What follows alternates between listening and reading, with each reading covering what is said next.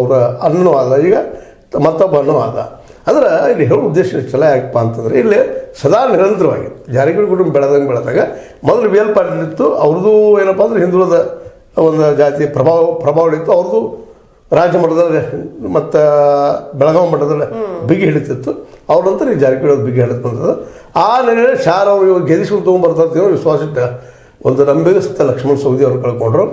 ಹೀಗಾಗಿ ಇವತ್ತು ಈ ಎಲ್ಲ ಉಳಿದವರೆಲ್ಲ ಇವತ್ತು ರಮೇಶ್ ಕತ್ತಿ ಇಲ್ಲ, ಅದ್ರ ಮಗ ಇದ್ದಾರೆ, ರಮೇಶ್ ಕತ್ತಿ ಅವರು ಇದ್ದಾರೆ, ಅವ್ರ ಸಹೋದರ ಉಮೇಶ್ ಅವರ, ಇವರೆಲ್ಲರೂ ಮತ್ತು ಹೆಚ್ಚು ಲಿಂಗಾಯತ್ ಜನ ಇವ್ರನ್ನ ಯಾಕೆ ಬೆಳೆಗೊಡಬೇಕು ಅನ್ನುವಂಥ ಉದ್ದೇಶ. ಅದಕ್ಕೆ ಈಗ ಅವರೆಲ್ಲ ಒಂದಾಗಿ ಅವ್ರು ಲೀಡರ್ಶಿಪ್ ಕೊಡಬಾರ್ದು ಅನ್ನುವಂಥದ್ದು ಒಂದು.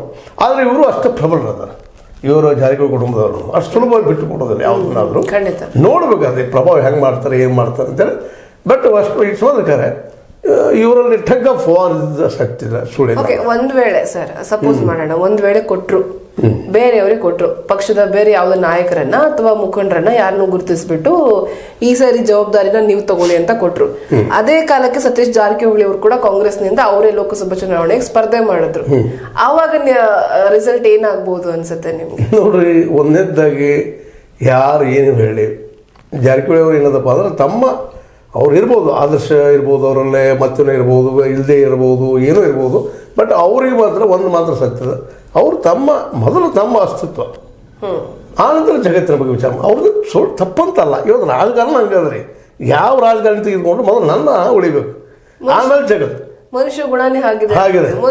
ಅಂದಾಗ ನಾವು ಅವ್ರಿಗೆ ಆರೋಪ ಅಂತ ಹೇಳೋದಿಲ್ಲ, ಪರಿಸ್ಥಿತಿ ಹಂಗದ. ಆಗ ಅವ್ರು ಅನಿವಾರ್ಯವಾಗಿ ಈಗ ನಾವು ಹಿಂದಿನ ಇತಿಹಾಸ ಹೋಗೋದು ಬಂದಂಗೆ ಮೋಸ್ಟ್ಲಿ ಸತೀಶ್ ಅವ್ರಿಗೆ ಅನುಕೂಲ ಮಾಡಿಕೊಡೋದು ಸಾಧ್ಯಗಳು ಅದಾವಿಲ್ಲ ಅಂತಲ್ಲ.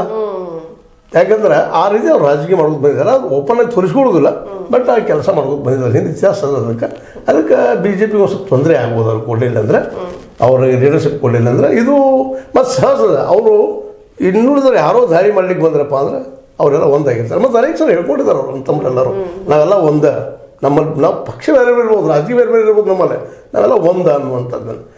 ಮತ್ತು ಅದು ಈಗಾಗಲೇ ಕಾಣ್ಕೋದು ಬಂದದ್ದು, ಇದು ನಾವು ನೋಡ್ಕೋದು ಬಂದಿದ್ವಿ ಕಳೆದ 40 ವರ್ಷಗಳಿಂದ. ಈಗ ನೋಡ್ಬೇಕು, ಯಾಕಂದರೆ ಒಂದೇ ದಿನದಲ್ಲಿ ಒಂದು ಏನಪ್ಪ ವ್ಯಕ್ತಿ ಒಂದು ಮಟ್ಟಕ್ಕೆ ಬರೋದಿಲ್ಲ, ಅದಕ್ಕೆ ಟೈಮ್ ತೊಗೊಳ್ತದೆ. It will take this own time. ಅದನ್ನು ತೊಗೊಂಡಿದ್ದಾರೆ ಅವರು, ಆತ ಹೋರಾಟ ಮಾಡ್ಕೊಂಡು ಬಂದಿದ್ದಾರೆ, ಅದ್ರಲ್ಲಿ ಅನೇಕ ಏಳು ಬೀಳು ಕಂಡಿದ್ದಾರೆ. ಅದು ಯಾಕಂದರೆ ಒಮ್ಮೆ ಏನು ರಮೇಶ್ ಅವರು ಪ್ರಥಮ ಇಲೆಕ್ಷನ್ದಲ್ಲಿ 1985 ಸೋತಿದ್ರು ಅವರು. ಅದ್ರ ನಂತರದಲ್ಲಿ ಗೆಲುವು ಮಾಡ್ಬೋದು ಬಂದಿದ್ದಾರೆ. ಅದಕ್ಕೆಲ್ಲ ಸಹೋದರ ಸಹಕಾರ ಅದ. ಮತ್ತು ಅವರು ಈಗಾಗಲೇ ಗೋಕಾಕ್ ಅಥವಾ ಬೆಳಗಾವಿ ಜಿಲ್ಲೆಯಲ್ಲೇ ಹಿಂದುಳಿದವರು ತಮ್ಮ ಹಿಡಿತವನ್ನು ಸಾಧಿಸಿಕೊಂಡಿದ್ದಾರೆ. ಅದರಲ್ಲೂ ಬುದ್ಧ, ಬಸವಣ್ಣ, ಪೋಲೆ ಇವರೆಲ್ಲ ನೋಡಿಕೊಂಡು ಇವರು ನಮ್ಮ ಸತೀಶ್ ಅವರು ಹೊರಟಿದ್ದಾರೆ. ಹೀಗಾಗಿ ಸಹಜವಾಗಿ ಅವ್ರಿಗೆ ರಾಜ್ಯ ಮಟ್ಟದಲ್ಲಿ ಒಂದೇನೋ ಸಂಘಟನೆ ಮಾಡ್ಕೊಂಡಿದ್ದಾರೆ. ಅವ್ರು ವಿರೋಧಿಗಳನ್ನ ಎಷ್ಟು ಟೀಕಾ ಮಾಡಲಿ, ಮತ್ತು ಅಥವಾ ಸ್ಮಶಾನದ ಊಟ ಮಾಡೋದ್ರಾಗಿ ಇನ್ನುಳಿದ್ರ ಬಗ್ಗೆ ಟೀಕಾ ಮಾಡ್ತಾರೆ, ಇಲ್ಲ ಅಂತಲ್ಲ.